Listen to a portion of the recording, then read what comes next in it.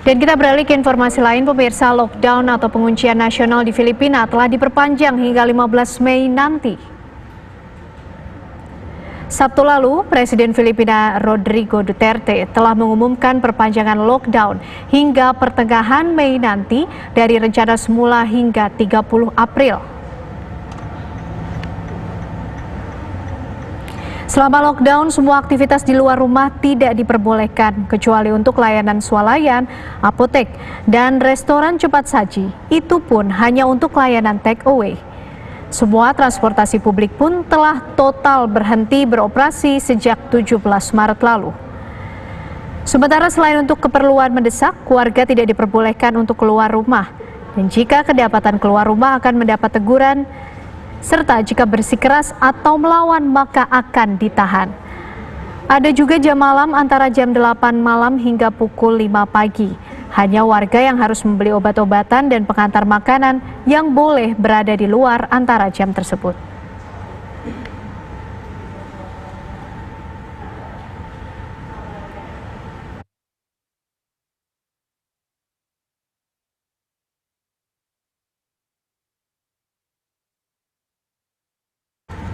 Bagaimana kondisi terkini di Filipina? Kami ajak Anda pemirsa untuk berbincang langsung dengan Duta Besar Indonesia untuk Filipina, ada Pak Sinyo Hari Sarundayang. Selamat sore, Pak Duta Besar.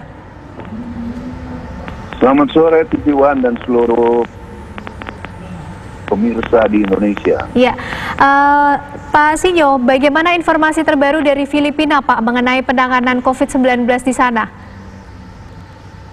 Baik.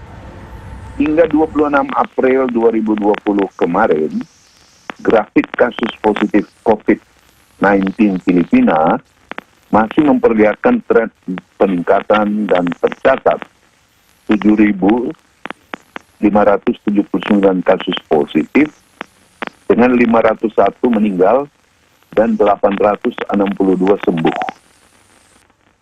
Enhanced Community Quarantine atau karantina wilayah telah diterapkan sejak 17 Maret 2020 hingga 30 April 2020 dan diperpanjang hingga 15 Mei 2020 untuk wilayah Luzon serta beberapa wilayah di Visayas dan di Mindanao termasuk Davao City.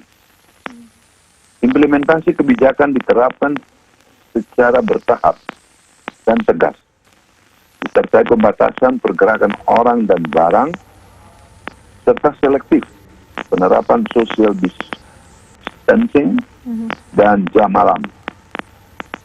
Dengan sanksi hukum yang jelas bagi yang melanggar akan dipenjara. Serta jaminan ketersediaan bahan kebutuhan pokok dan obat-obatan di toko sekitar pemukiman. Sementara itu, berkaitan dengan bulan suci Ramadan, National Commission of Filipino mengeluarkan memorandum order untuk penangguhan kegiatan tarawih di Filipina. Berikut, selama penerapan ECQ tadi, Filipina telah melakukan sejumlah hal, diantaranya mengeluarkan sejumlah dana bantuan untuk pengadaan alat kesehatan, serta partisipasi dampak sosial dan pemulihan ekonomi. Baik, Pak Dubes. Penyiapan alat, ya. Lalu bagaimana Pak dengan nasib warga negara kita, Pak, warga negara Indonesia di Filipina sampai saat ini?